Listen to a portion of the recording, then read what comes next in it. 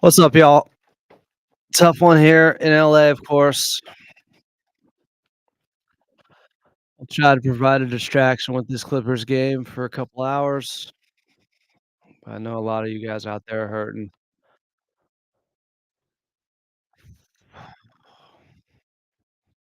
I just heard from a couple people at iHeart that lost their houses. Just devastating. Unbelievable.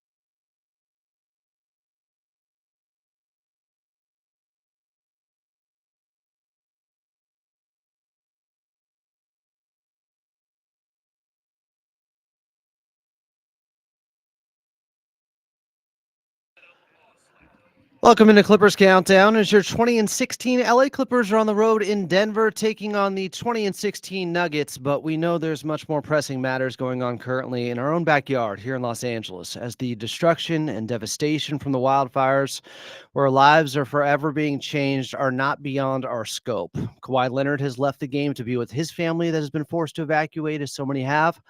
I'm here in Burbank and we're keeping an eye on the surrounding areas near us at iHeartRadio. We're lucky to still be on the air, while others have not been so lucky. So it's with heavy hearts that go out to everyone affected right now that we continue with the broadcast and proceed with the basketball game, but we're not callous or unaware of what's happening here to our SoCal natives and our neighbors. And if you need updates and guidance, please join our sister station at KFI AM 640 for 24-hour coverage of the wildfires. The Watch Duty app is also a great source to know the latest with the location of the fires. We're with you. We're thinking about you, and we appreciate our brave firefighters battling the flames. Thoughts and prayers are important, but you can also go to supportlafd.org to donate towards the effort. So, if you need a distraction, which is probably why you're here for that distraction, we will try and provide you with one. With a basketball game coming up as the Clippers are in Denver facing the Nuggets, I'm Adam Osland, and you're listening to the LA Clippers Audio Network.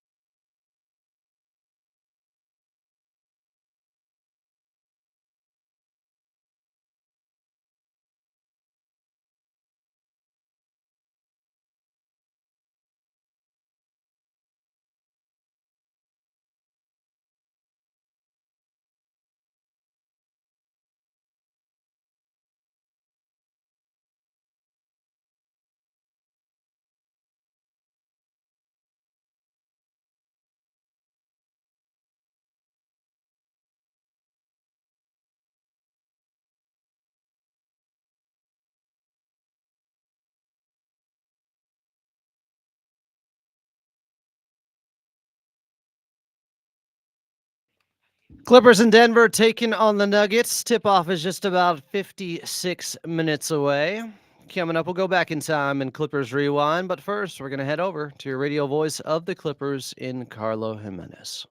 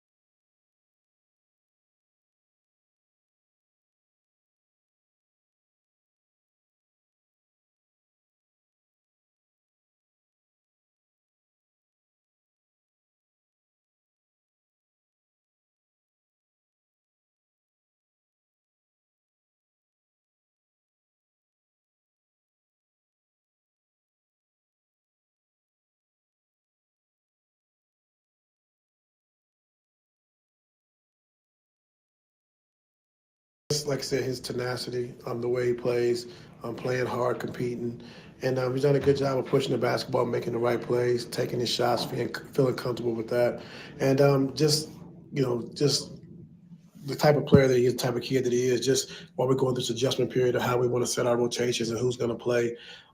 He's only played 10 or 12 minutes, here and there. So just be able to handle that, knowing that, we're going to come back to him and understanding that we're just trying to figure out our rotations because we know what he can do. Thank you so much. Best of luck. Thank you. There's Carlo Jimenez pregame with your head coach in Ty Lue. Clippers are in Denver taking on the Nuggets. Tip-off is just about 53 minutes away. I'm Adam Oslin. Coming up, we'll go back in time in Clippers Rewind. You're listening to the Los Angeles Clippers Audio Network.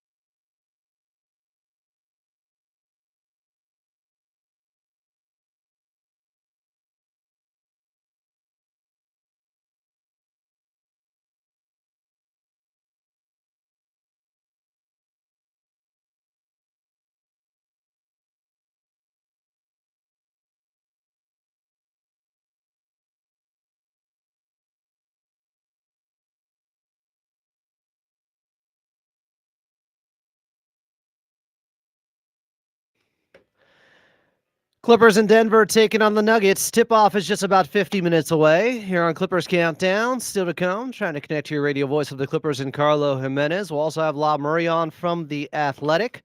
But first, we're going to head back in time in Clippers Rewind. Here's a throwback to February 27th of 2018. This was during the first Black Panther movie when that was out at the box office. God's Plan by Drake was at the top of the Billboard charts. Then the Clippers, they were down 19 in Denver, only to come back as they unleashed their secret weapon in Boban Marjanovic. Milos bounces left side to Lue. Lue gets a screen now for Milos. Goes to the foul circle, dumps it into Boban all alone and flushes it in. How do you miss that guy? The tallest player perhaps on the continent. Milos bounces on the right baseline to Tobias Harris, goes right back to Boban. He hands it back off to Tobias, back to Boban from the right block to the rim with the left hand and lays it in. I mean, are you kidding me? I would give this guy a max contract tonight. Nobody can stop him. Now back up top to Boban. Hands it to Lue, who has 12 points in the fourth quarter. Lue on the right wing. Lue into the paint. Lobs it to Boban. Makes the grab. Comes down. Oh, and flushes it in. Hello, nasty. 115 to 108. The Clippers lead by 7. Clippers would go on to win thanks to 18 from Boban in just 15 minutes off the bench. He had 6 boards, too. That would help spark the 19-point comeback, with the Clippers going on to eventually win by a final score of 122 to 120 in Denver over the Nuggets. That was back on February 27th of 2018. Coming up, we'll get to your player to watch. I'm Adam Oslin. Clippers in Denver taking on the Nuggets. Tip-off just about 48 minutes away here on Clippers Countdown on the Los Angeles Clippers Audio Network.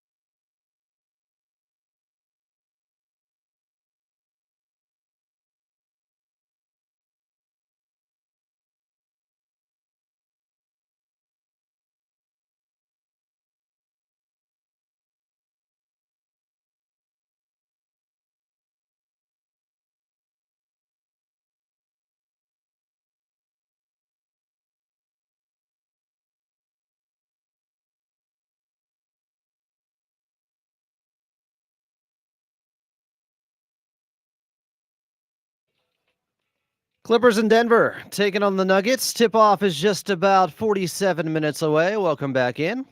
I'm Adam Osland. Still to come, we got Law Murray coming on from The Athletic. But I know earlier pregame, before we bring in Carlo Jimenez, Coach Lue made a statement regarding the wildfires going on in Southern California and obviously the devastation and how many it has affected here. So I want you guys to be able to hear from Coach Lue. Here he was pregame.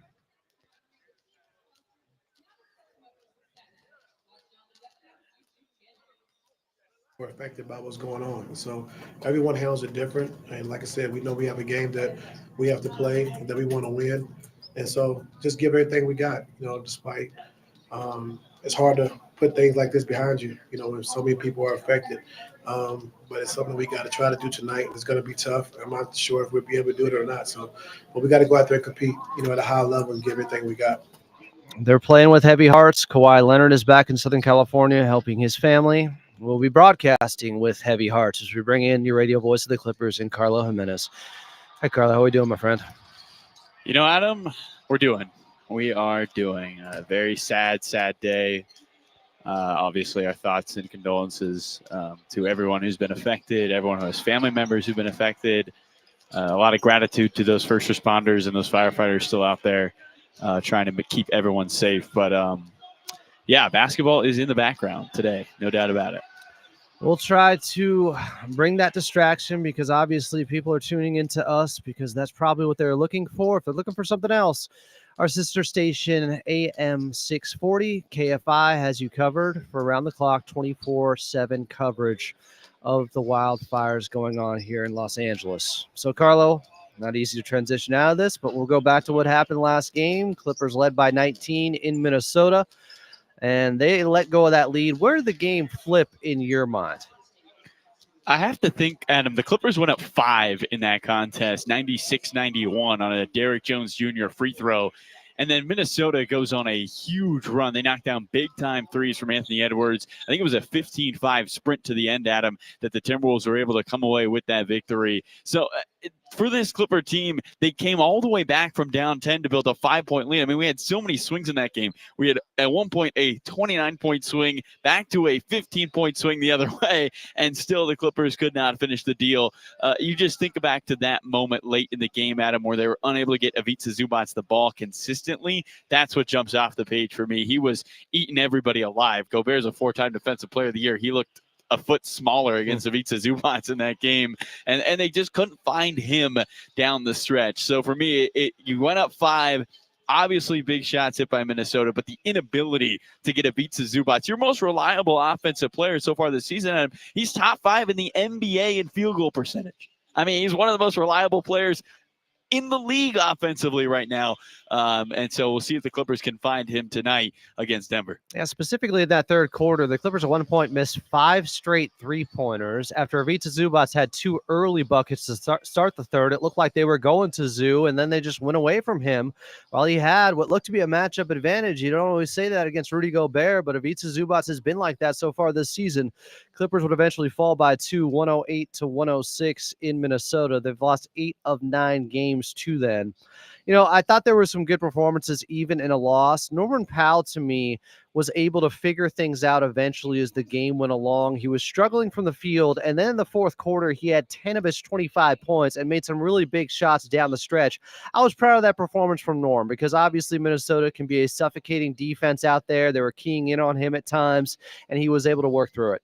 Yeah, Norman Powell has figured out how to play with all this attention on him now, Adam Osland. And it's so many double teams, guys trying to get in his face. A big part of that has been getting out in transition. Norm, top 5 in the NBA in fast break points per game, top 5 in the NBA in transition and points off turnovers per game in the NBA. So he's doing it off of the defense of the Clippers and beating the defense ahead of the pack for the opposing team. Feel like he's settling into this role. I mean, it's just so impressive, Adam. You think about the start of the year Norman Powell had, and all of us were sitting here, myself included, and said, this is a great start.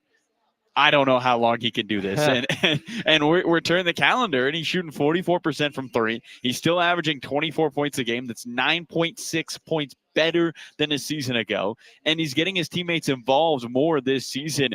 It's just so fun to watch Norman Powell continue to excel. He holds himself to a high standard. I think a lot of people were curious, can he do that in a larger role? And he's proved all the doubters wrong, as he's talked about using those doubters for motivation. We're seeing him put that into practice on the floor. Yeah, I thought there were some other good performances. Derek Jones Jr. again went 1 of 2 from the outside, 3 of 5 from the field, 10 points. He was a plus 13 in a game that they lost by 2 coming off the bench. I just love the spirit he's been playing with all season long, and it doesn't hurt to have that level of athleticism that the Clippers have really been missing the last few years. I loved what he said after the first game that he was benched at him. He said, look, I don't care about starting. I care about winning. And sometimes a lot of guys in the NBA will say that, but the play doesn't reflect that. You see them get a little more frustrated. You see them get a little more antsy on the offensive end because they want to prove that they belong in that starting lineup. Derek's approach has not changed at all since he's been moving to the bench. And in fact, he looks like he's even more comfortable in that role at times, Adam, getting downhill, being an offensive attacker for this team, finding the cutters on the baseline. For Derek, I've been so impressed at his ability to just be a steadying presence every single night, Adam. It's rarely do we look at this box score for the Clippers and think to ourselves, man, Derek Jones Jr. really didn't have it today. I mean, how many times have we said that? Almost, I can't think of any off the top of my head, to be honest with you. He is a true, calm, steady presence for this Clipper team, and hopefully he continues to shine on the offensive end for this group. He's a great three-point shooter on the road, was able to knock down 1 of 2 in Minnesota. Hopefully he can get it going at Mile High. Clippers taking on the Denver Nuggets. Tip-off is just about 40 minutes away. Carlo Jimenez is on the call. Coming up next, we'll get your player to watch right here on the Los Angeles Clippers Audio Network. I'm listening, bling bling. I'm thinking it's about time to go. Get the B out of LA and start the late night show.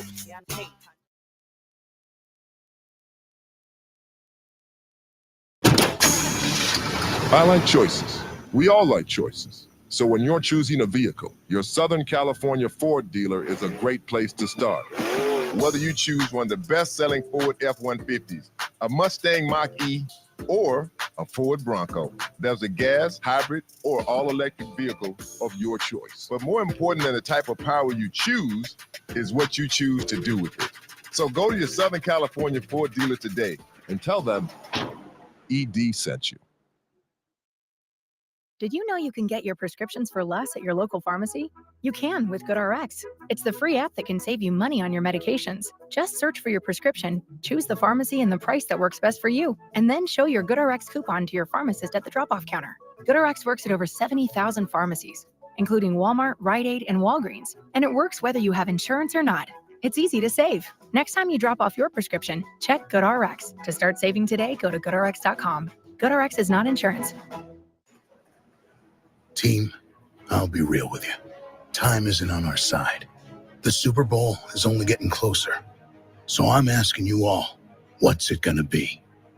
Are you gonna do the same old, same old? Or are you gonna step it up this year?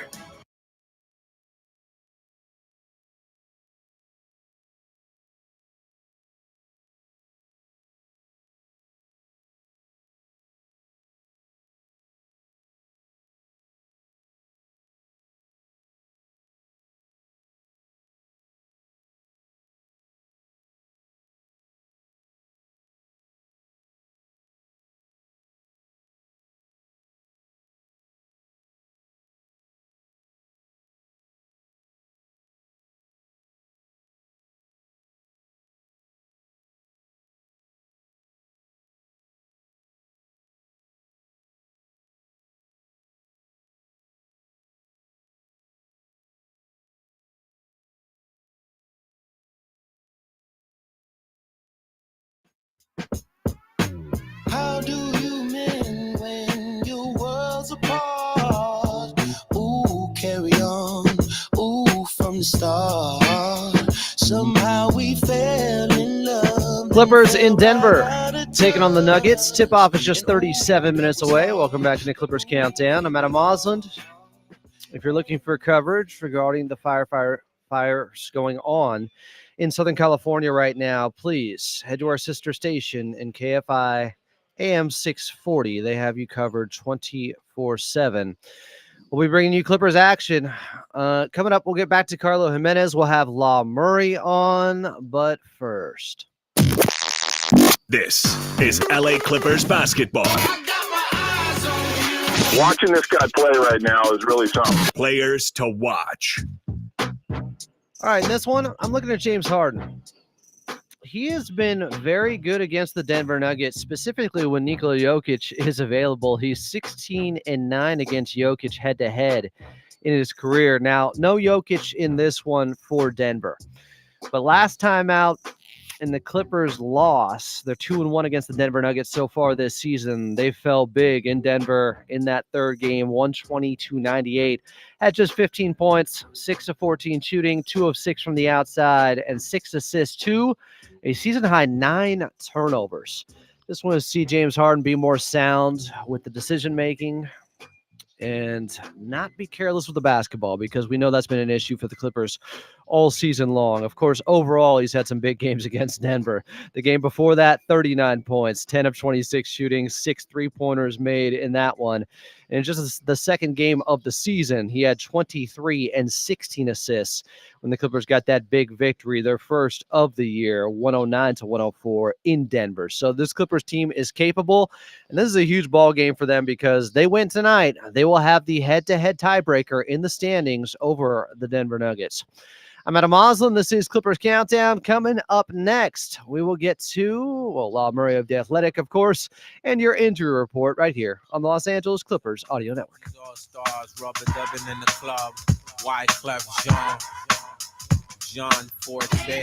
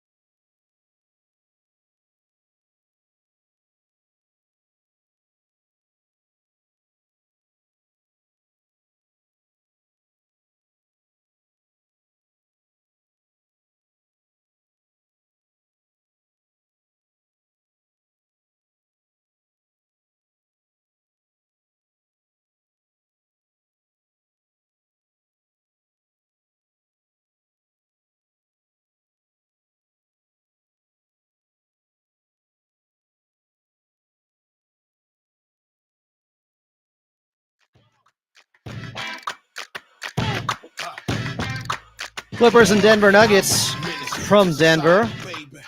I'm Adam Moslin. This is Clippers Countdown. Tip-off is just 32 minutes away. If you're looking for that around-the-clock coverage of the wildfires devastating Los Angeles right now, of course, we encourage you to go to KFI AM 640. They will keep you abreast of the situation. Here we have Clippers basketball coming up about 30 minutes from now. Coming up next, we'll have Law Murray of The Athletic on. But first, we do want to get to your player to watch, but also your injury report, brought to you by Prize Picks. Download the app today and use code KLAC to get $50 instantly after you play your first $5 lineup. Prize Picks, run your game. James Harden, my player to watch in this one, even without Nikola Jokic, who's out with an illness. Aaron Gordon is also out for the Denver Nuggets with a calf injury. So they're going through it a little bit right now. Of course, the Clippers, they will be without Kawhi Leonard. who returned to Southern California as his family, like so many others, were forced to evacuate. So this Clippers team without Kawhi, the Denver Nuggets without Jokic, without Aaron Gordon. That's your injury report. And coming up next, we'll have La Murray of The Athletic from Ball Arena in Denver.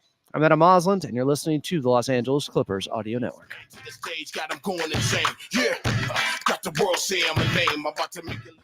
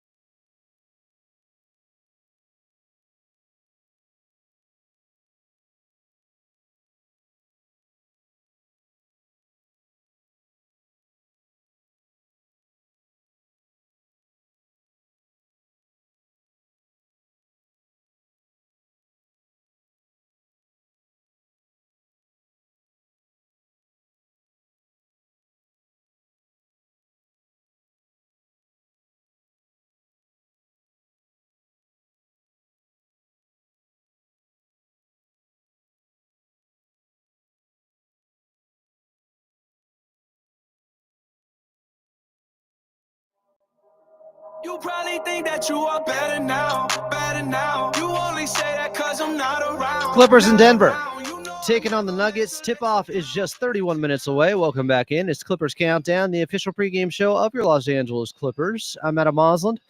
Still to come, we'll get back to Carlo Jimenez, and we'll get to your drive around the league. But first, joining us from Ball Arena, the man from The Athletic, it is La Murray. At La Murray, the NU is where you find him. La, appreciate you doing this, my friend. Hey, thank you. And just wanted to say again, thinking of everybody who is affected either directly or just from someone that they know with everything going on with the fires. So, no, if you're listening to us right now, you are probably in a spot to be distracted and to be uplifted. So hopefully you get that tonight from tonight's game. Yeah, no doubt. We know Kawhi Leonard has left the game. He's going to be back with his family. They were forced to evacuate. I know you talked with Kawhi Leonard in a one-on-one interview as of late. What did you learn from his mindset of just where he is at right now, being back in the game? Obviously, of course, today, extenuating circumstances, but overall, how Kawhi has been and just the process of ramping back up once again from injury. I think he's in a place, well, obviously prior to these wildfires expanding the way that they have, but I think he's very assured of the process, a process that started a long time ago with this knee inflammation, and a process that continues even though he is in uniform and back on the floor. It's not something that we're used to. You don't hear guys say that they're going through their preseason while everybody else is in mid-season form, especially at a time where the Clippers are entering a heavy evaluation period. Like you're entering that part of the season where the looks on the faces mean a little bit more because you don't know if they're going to be here a month from now. So that being said, it's a setback to have him not be able to participate tonight. He traveled to Denver. He was going to be here. He was looking forward to continuing to ramp up his games, ramp up his minutes, ramp up what he's able to do. You can see the rust when he plays, and especially as the games go on. I feel like he's had really good first quarters. I don't think he's played very well in the second quarters, and the third quarters have been, frankly, disastrous, and the fourth quarters have been non-existent because he hasn't played in the fourth quarter yet. So tonight would have been a good night for him, especially in this altitude. Like you play in Denver, you're going to get in shape one way or the other. It hits you. And so I feel like overall Kawhi's in a good place, but that's independent of what he's going through with these wildfires. He gave you an answer to your question talking about how what have you learned basically from these return to play protocols? And he said something, and it's quote, now I've got to either bring down the work or bring down the recovery in a sense, unquote. Right. Could you elaborate on just what you meant there? I was kind of a little bit confused. Yeah, Kawhi, you've seen that Kawhi goes hard on recovery. Remember the summer of 2022 when he was preparing to return from the ACL, and you saw how incredibly jacked he was. And that might not have been his best way of going about it.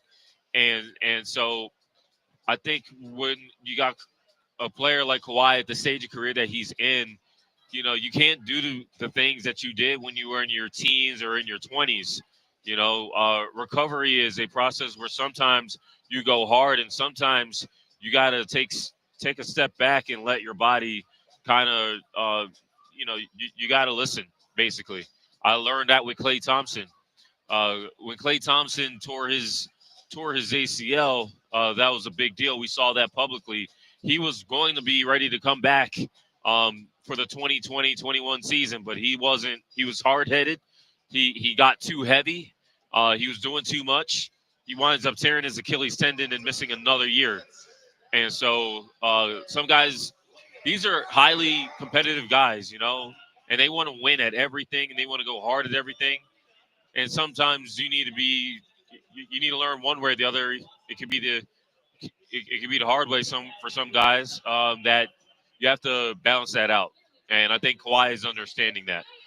The interview can be found on The Athletic. It's titled Clippers Kawhi Leonard opens up about his latest comeback, state of the NBA, and more. Is one-on-one with La Murray, who we have joining us here on Clippers Countdown. Clippers in Denver taking on the Nuggets.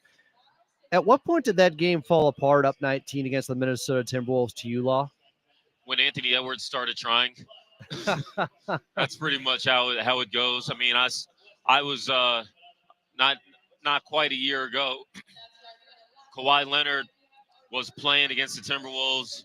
They take a 22-point lead. Kawhi winds up leaving the arena in the middle of the game. And Anthony Edwards just turned up and was unstoppable. And for whatever reason, it doesn't matter who the Clippers have on their roster. Derrick Jones Jr., Chris Dunn, doesn't matter. If Anthony Edwards decides he's going to get to the paint and get to his three ball against the LA Clippers, he's going to do it. And the Clippers didn't survive it. It's really that simple. Ant was great as a shooter. He was great as a penetrator, and he was great as a playmaker. It's one of those games where I think that building in Minnesota, they were patient with their Minnesota Timberwolves team, but they were also letting them know that they were not satisfied with how they were playing. And the Clippers, they also lost the benefit of Julius Randle being on the floor for the rest of that second quarter because, again, Julius was terrible and the ball wasn't moving. It was sticking with Julius on the floor. Anthony needed to be great, and he was. And they took advantage of Kawhi on both ends of the floor in the 5 minutes that Kawhi was there for the third quarter. I think that represented a 13-point turnaround just in those 5 minutes. And so the Clippers lost the lead because of Kawhi not being able to play as well as he could. But they didn't lose the game because of Kawhi. They lost the game simply because guys made great shots. Like Anthony Edwards, you want guys, if you're defending threes, you want them to get rid of the ball or to put the ball on the floor several times before taking their pull-up shot. And Anthony hit those shots, and he found Jaden McDaniels in the corner for a huge shot. The Clippers just couldn't recover from that. I thought you asked Coach Lue a great question post-game because I was a little bit baffled by the fact that third quarter, they start things off. Ivica Zubac is dominating, and then they just started chucking up three-pointers. They missed 5 straight at one point. Zu's not touching the basketball. And you did ask Coach Lue postgame about shot distribution. And while he's talked about, it's got to come within the flow of the offense, the game will dictate that. They've also said at times how they do need to emphasize Ivica Zubac getting more involved or being more of a focal point on the offensive end. Was that a game where that could have been the case? Because it looked like he was dominating. It was the same thing that we saw on Black Friday in Minnesota. We saw the same thing. Zoo had a great game, was incredibly efficient, was outplaying Rudy Gobert to a certain extent, and the Clippers really just did not go to him. And I think Tyronn Lue was pretty upset about the lack of process in that game, playing the game the right way. I don't think Ty Lue is very satisfied with his guards. And so I think you got to look at really James Harden more than anyone. I mean, James took more shots than anyone in that game. He took 22 shots, only got 22 points out of it. And I think James is focused on being better against Minnesota than he usually is. The previous game against Minnesota, I think James was 1 of 10 from the field with Norm not playing. And so there was just too much of James, I think. And so I don't think James really was going to take that upon himself. But this is a game tonight where James is going to have certain advantages, but so is Zoo, and so is Norm. And I think that was the thing with Ty Lue. Ty Lue doesn't coach to say, you're going to get this many shots, you're going to get that many shots. But what Ty Lue wants is for the right guys to take shots as the game flow dictates. And I think the Clippers got away from that offensively. They got easier to guard, and they really just need to do a better job with creating advantages for themselves. The Clippers going back to the same starting lineup that they had been using without Kawhi. And what do you think happens between Chris Dunn and Derrick Jones Jr.? We've seen with Kawhi, it's been Chris Dunn in the starting lineup. Are they going to stick with that? I think that it's going to rotate, and I think it's a pretty good. I think it's a pretty good idea of what you're going to get. The Kawhi games have featured an Atlanta Hawks team that has Dyson Daniels and a Minnesota Timberwolves team that they're a ball pressure team. And so the priority has been, let's get Chris Dunn out there. But I also think that Derrick Jones Jr. is just a better player and a better fit. And I wonder how that's going to go over the course of this month. But none of that matters if Kawhi's not playing anyway. Like there's going to be a back-to-back next week. I would think Kawhi doesn't play against the Nets because you need the Portland game so much more. The Clippers are at a conference record deficit right now. They have a losing record, I believe, in the conference. They don't have tiebreakers. Tonight's a big one. They win this game, they get a huge head-to-head tiebreaker. They lose it, they're screwed because they're going to be 2-2 against the Nuggets. The next tiebreaker is going to be conference, and you can look at Denver's conference record versus the Clippers. It's not pretty. Also, I believe, Denver's not going to win the division, but that conference record's big. When it comes to Derrick, I think he's going to wind up starting games against teams like tonight. I think probably would have been a Derrick Jones Jr. start, because Denver's not a ball pressure team. But the Clippers are a donate the basketball team. They can't do that against this Denver team that already is playing without Nikola Jokic. They're going to start DeAndre Jordan. We saw last season what DeAndre did to the Clippers in a spot start. And if he can do that with Reggie Jackson, he sure as hell can do it next to Russell Westbrook. So there's, I think, too many people look at what a team's record is or where the game's played or, who's playing, period, and think it's either going to be an expected win or a horrible loss. And I think you got to give these guys across the NBA way more credit than that. Like, if it's a tie game in the fourth quarter, I don't care what your record is, Adam. I don't care who's playing. I do care who's playing, but I care more about who's playing than who's not playing at that point. And I think we got to look at that with this game. Don't underestimate the Nuggets just because they played last night against the Celtics. They are fully capable, shorthanded, of beating the Clippers. And there's enough guys on this Clippers team and coaching staff that understand that.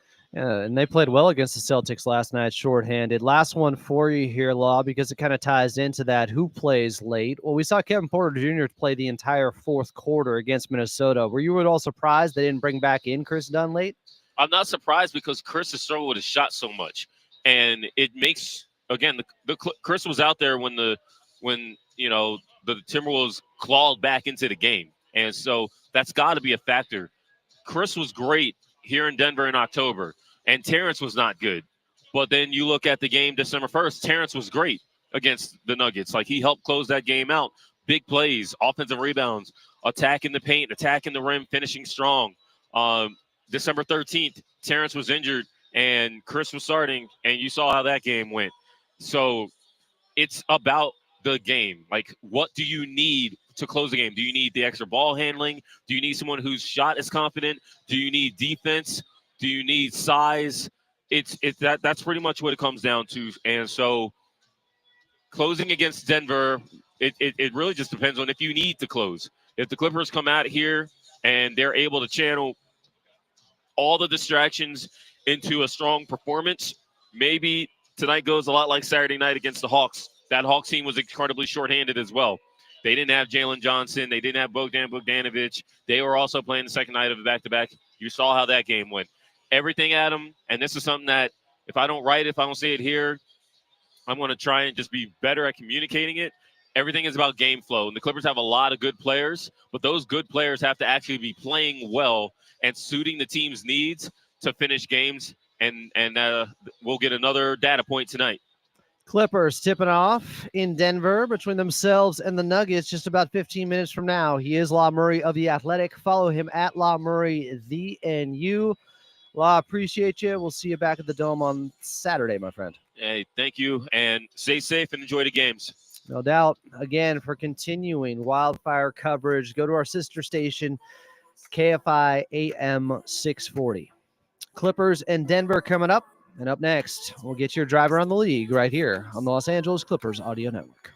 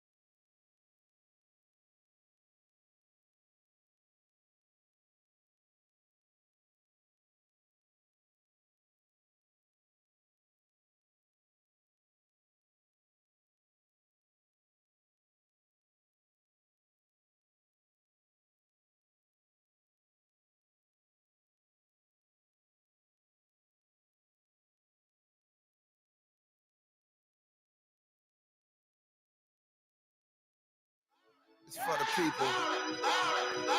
This is street radio for unsung hero. Riding in the Rego, trying to stay. Clippers in Denver. Tip off 13 minutes away. Coming up here in your pregame show, we'll get back to Carlo Jimenez. But first, we're going to get to your drive around the league. As always, it's brought to you by Toyota's electrified lineup, including hybrids, plug-in hybrids, all electrics, and even fuel cell electric vehicles. So you can choose exactly the type you need for your lifestyle. We make it easy. End of the third quarter. Good one going on in Cleveland. Cavaliers up 90-89 on the OKC Thunder, a 31-4 team versus a 30-5 team. It is the first time in over 50 years two teams that have 30 wins or more in 35 games to start the season are facing off against one another. Jared Allen, Fear the Fro, has 24 and 10. J-Dub with 21 for OKC, who just took a 2-point lead. 3 minutes left in the third quarter. Indiana up 100-98 at home on top of the Chicago Bulls. Tyrese Halliburton was 16 and 11. 12 minutes left, just about 11 minutes left in that fourth quarter there. Coming up later tonight, Bucks hosting the San Antonio Spurs. Clippers in Denver taking on the Nuggets. Tip-off just 11 minutes away. Coming up, it's back to your radio voice of the Clippers and Carlo Jimenez right here on the Los Angeles Clippers Audio Network.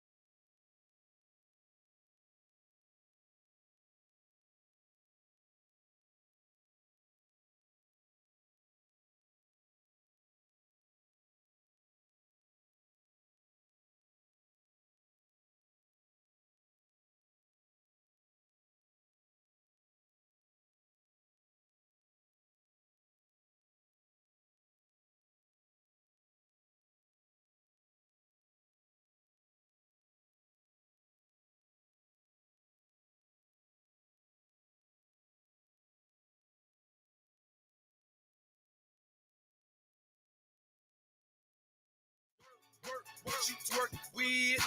Go and bust it open. Show me what you twerk with. Clippers and Nuggets from Denver. Tip-off 9 minutes away. I'm Adam Osland. Welcome back in. This is Clippers Countdown. If you're looking for extended wildfire coverage, please join our sister station, KFI AM 640. They have you covered 24/7 on that side. Here we got Clippers basketball. We will try to be the distraction for you. As Tom Mooney would say, the sports station is the toy department of radio. Let's bring back in Carlo Jimenez here from Ball Arena. All right, Carlo, where's this Denver Nuggets team at? We know they're missing some key pieces tonight. 2 starters. Of course, Nikola Jokic is out with an illness, a calf injury that has been a little bit troublesome and nagging with Aaron Gordon keeps him out of this one. What's the state of the Nuggets right now? Well, this is a Denver team, Adam, that's trying to stay afloat without Nikola Jokic. They're on the second night of a back-to-back after they took the Boston Celtics down to the wire almost in their last game last night. Now, Adam, usually if you're playing a team on the second night of a back-to-back, you'd think that's a good thing.